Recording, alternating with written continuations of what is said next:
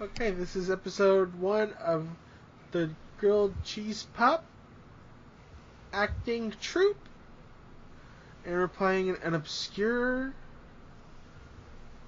play by French playwright Michel-Fourier Quiznos. Quiznos? It's Quiznos. Fourier Quiznos. And the name of the play is Docile Body. And Preston, why don't you read the epigram and give us the dramatis personae, and then you can go along on with the play. I am playing mass number 1. Wait, what is it? You're saying the dramatis personae. I'm mass number 1, and Preston is mass number 2. So I don't need to say that anymore. Preston will say the dramatis personae. So why don't you get us started by reading the epigram at the top? What strikes me is the fact that in our society, art has become something which is related only to objects and not to individuals or to life. That art is something which is specialized or which is done by experts who are artists. But couldn't everyone's life become a work of art? Why should the lamp or the house be an art object, but not our life? That's a quote by Michel-Foucault. Michel-Foucault. What do you think about that quote, Preston? I think it's an interesting quote. I think our life is art. I think this podcast is art. Yes. So the name of the play is Docile Bodies. Why don't you read us the dramatis personae? Okay, get ready for this. Dramatis personae. Stagmont will play mass number 1. PB will play mass number 2. Okay, now the play has started. The curtains have been revealed. Interior, 20 by 20 foot room with nothing but a small walnut table in the middle of the room. The floors are metal, as are the walls and ceiling. They are both gray, undifferentiated, unindividuated masses, and are opposite corners of the room. They notice each other. Hello? Hello? Who are you? Who are you? I am who I am. Me too. Both masses go up to the table and examine it. They both notice each other's reflection on the table. Are you me? Are you me? I look the same as you. You look like me. I am who I am. Who are you? You look like me, and I am who I am. Thinking, well, if we are both who we are, then we must be who we are. Then who are we? I am me and you are you, but you could say the same thing. Yes, I am me and you are you. So there are 2 of us, saying the same thing, but voices are different. I think so. So I must be one. And I must be one. We are both one? Yes, I think so. But we look the same. Yes, but our voices aren't the same. So there's something different about us. Yes, our voices. We look the same, but we aren't the same then. Yes. What else is different? I don't know. What is this table doing here? I don't know. Looking underneath the table. Do you see this?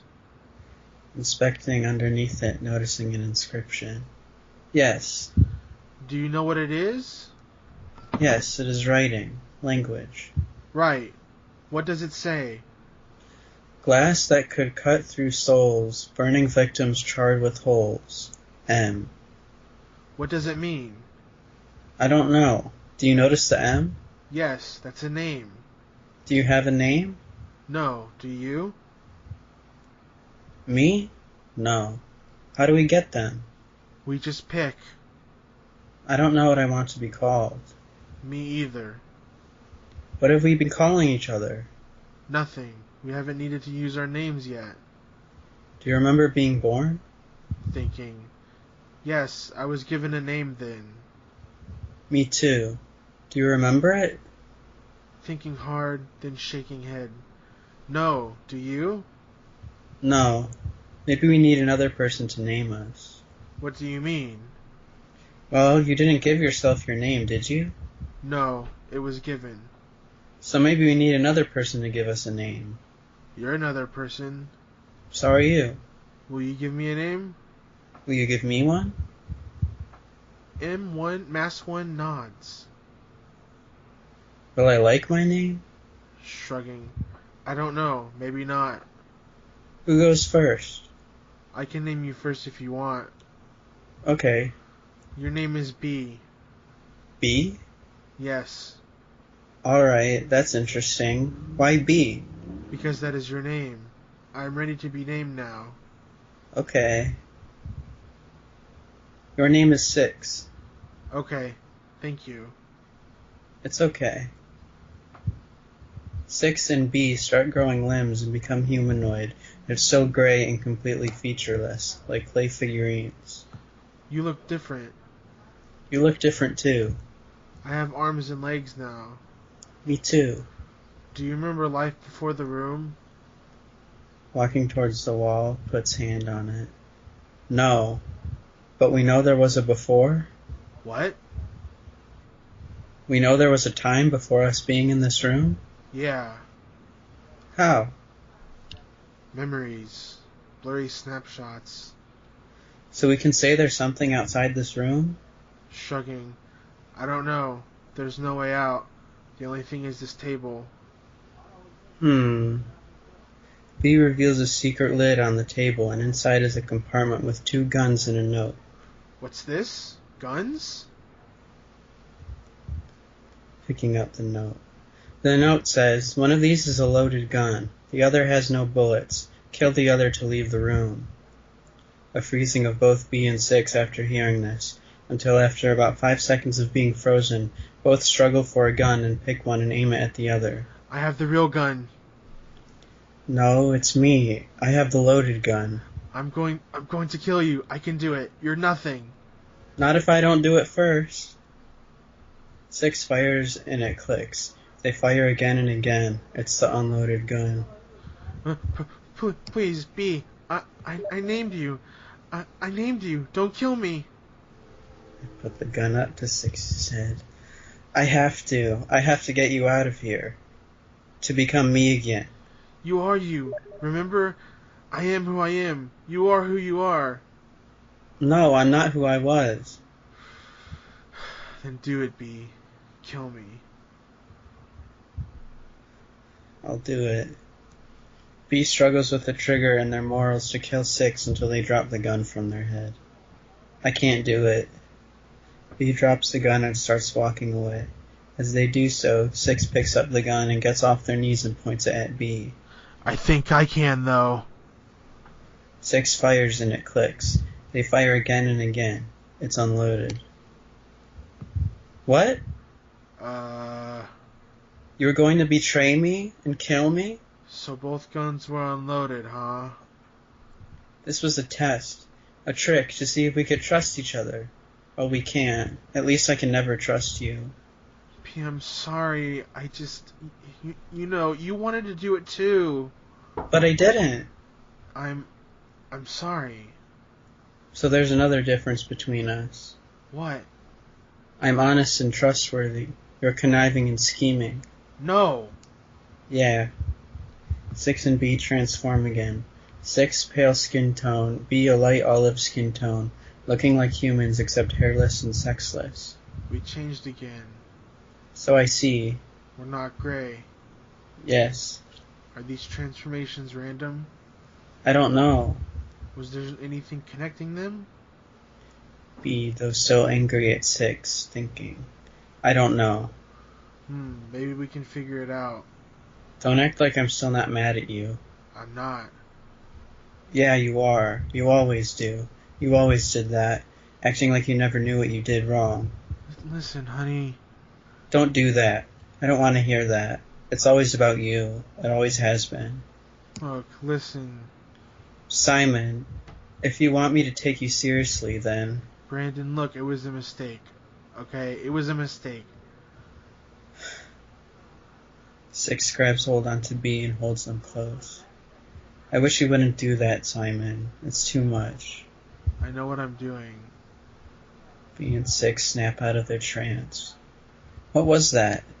I don't know, but it felt extremely familiar. Too real. Yeah, Who is Brandon? Who is Simon? you were calling me Brandon. You were calling me Simon. I like that name better than Brandon. Can you call me that? Yes.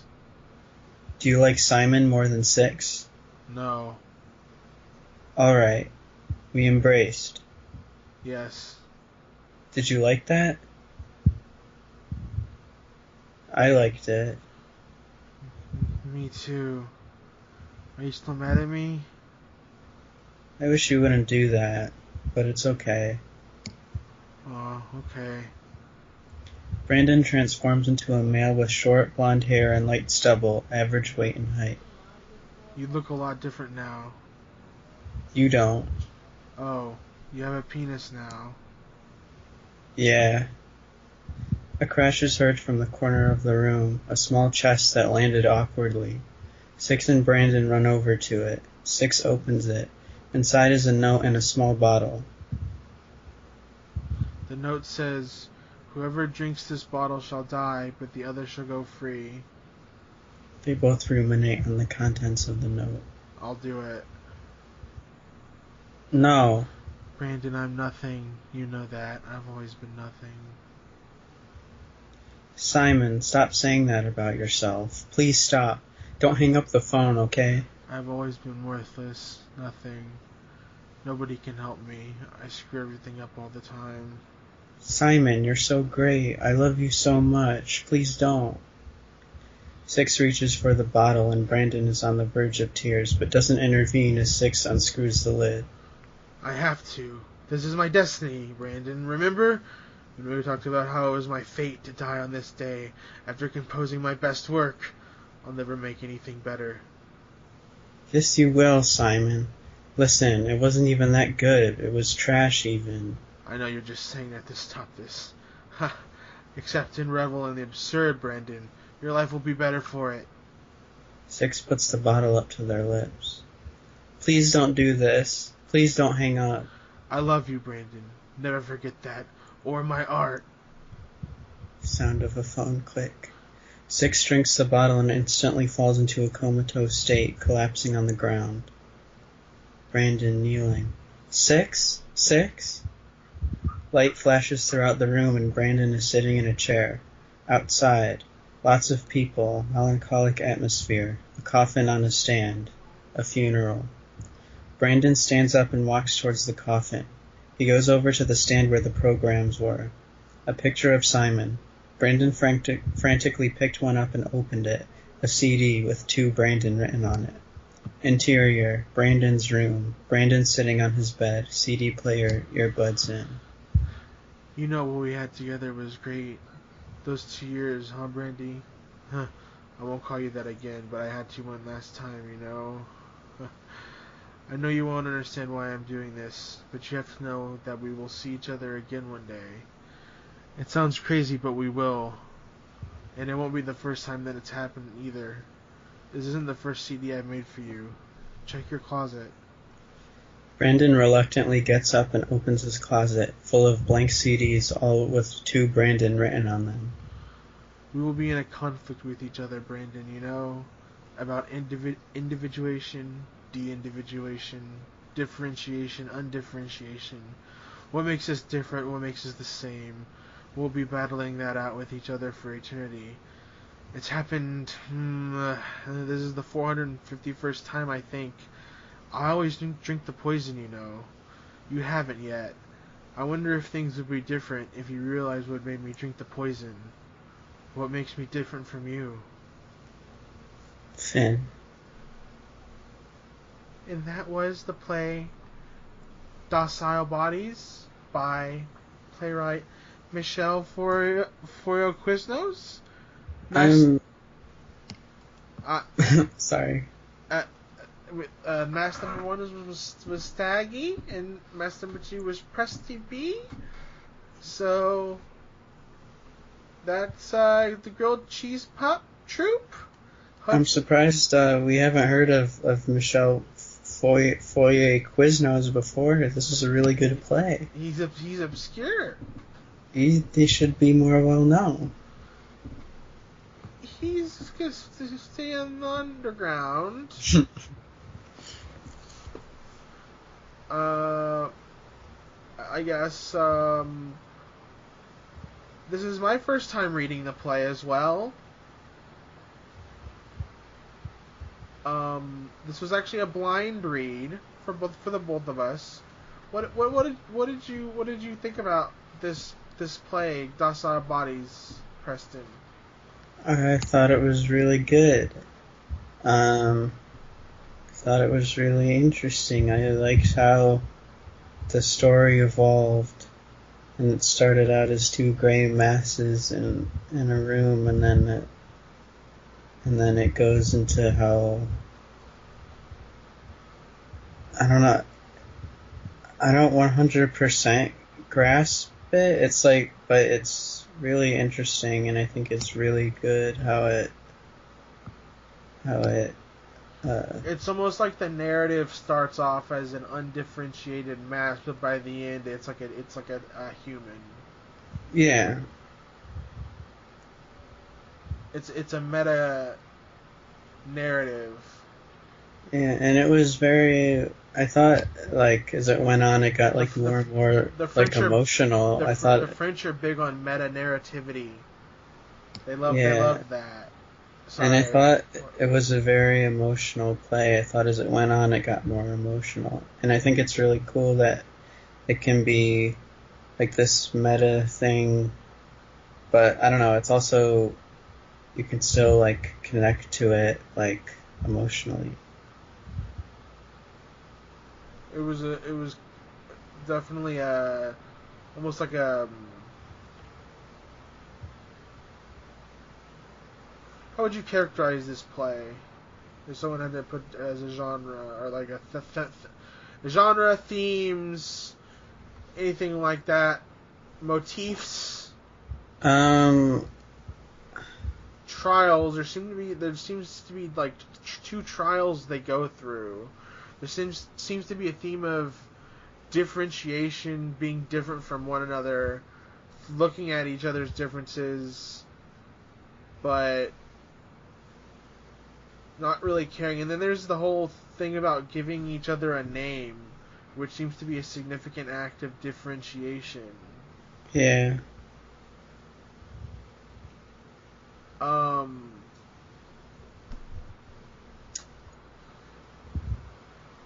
And it's basically that, and then there's the trials, and then it becomes like a sort of like a trust thing. It's like there's like the whole trust thing, like you kind of sense that there's more to these two characters. Like they had like how does it progress? When did they talk about being in a room before the trials? Yeah, they talk about six says, "Do you remember life before the room?" And then all these trials come up before. So like six is pretty much gonna kill him, and like six is talking about, or B is talking about having like trust issues. Like they'll never be able to trust six again. And the life before the room must have been this relationship between Simon and Brandon. So there, and between Simon and Brandon, there must have been some sort of trust issues they had with one another. I feel like, Yeah. because like if you notice, it seems like that they're, even though they're like undifferentiated masses, they're like transposed into like a separate reality that like has their reality prefigured as their consciousness. Like I don't know how to explain it. Like because like clearly two realities are bleeding through towards the end when six is committing suicide. Like there are clearly two realities hanging through because there's a phone motif and a phone hanging up, but there's the only thing in the room is a table supposedly. So there's clearly two realities bleeding through, and this is confirmed at the end when it's revealed that well, Simon reveals that this isn't the first time, but in fact the 451st time that some scenario like this has happened. Maybe not the same exact conversation took place, but it ended up with Simon drinking the poison. So at some point during this undifferentiated mass scenario, Simon drinks the poison and Brandon never does. Does that make sense? Yeah. So I don't know what this means overall exactly. He's talking. I think it's definitely a story. It's a story about maybe a fundamental core of what relationships consist of. Yeah, it But definitely seems like it's saying something about relationships. yeah, but it's put in a very like melancholic, like romantic, surrealist, uh, avant-garde way, I guess. Experimental. Yeah.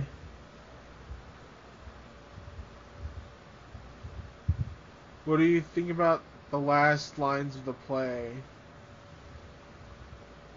What do you think about the last paragraph, the last line, like that, like the last thing that is the last thing Simon says?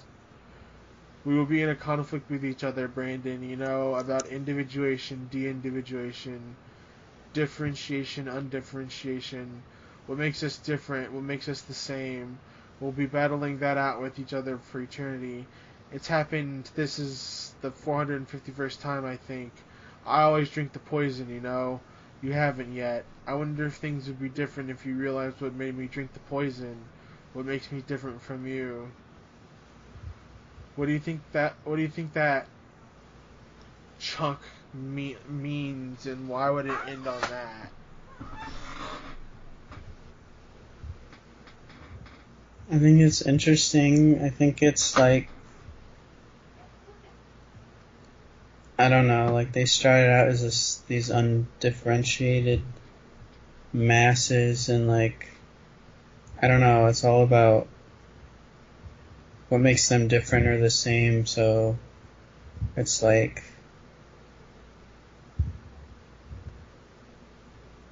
I don't know. I mean, it seems like he's saying that maybe things wouldn't be all that different depending on who drank the poison because they're not that different from each other. I don't know. What do you mean? Can you talk a little bit more about that?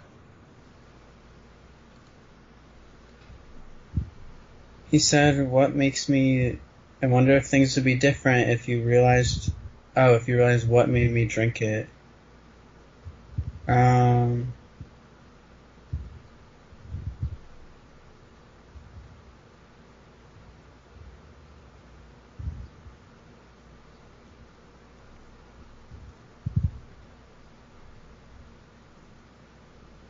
Oh. I think it's clearly a troubled relationship of some sort, Mhm. and it seems like Simon, who appears to be 6, I guess. I mean, that has to be the case, right? Is 6 Simon, or is Simon different than 6? Oh, I mean, I think they're. I mean, they're the same person, right? I don't know. I Are they? mean, 6 became Simon. 6 never became Simon.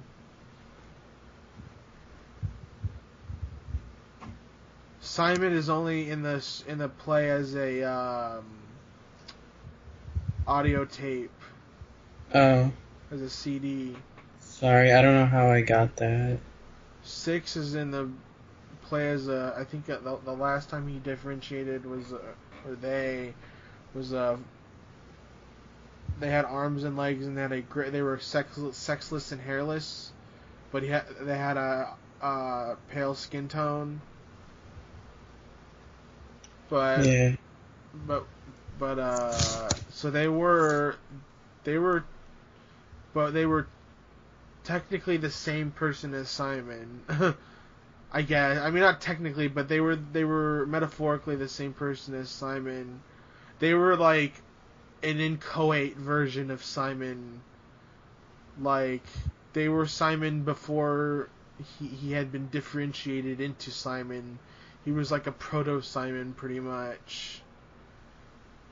And, like, I don't know.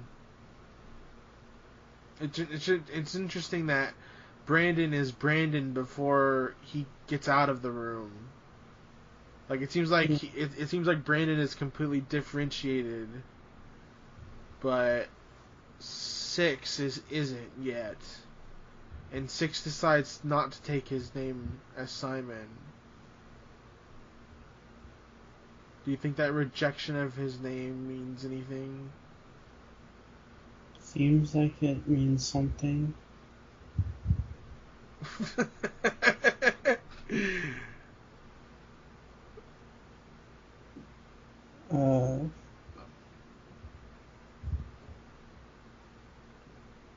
know.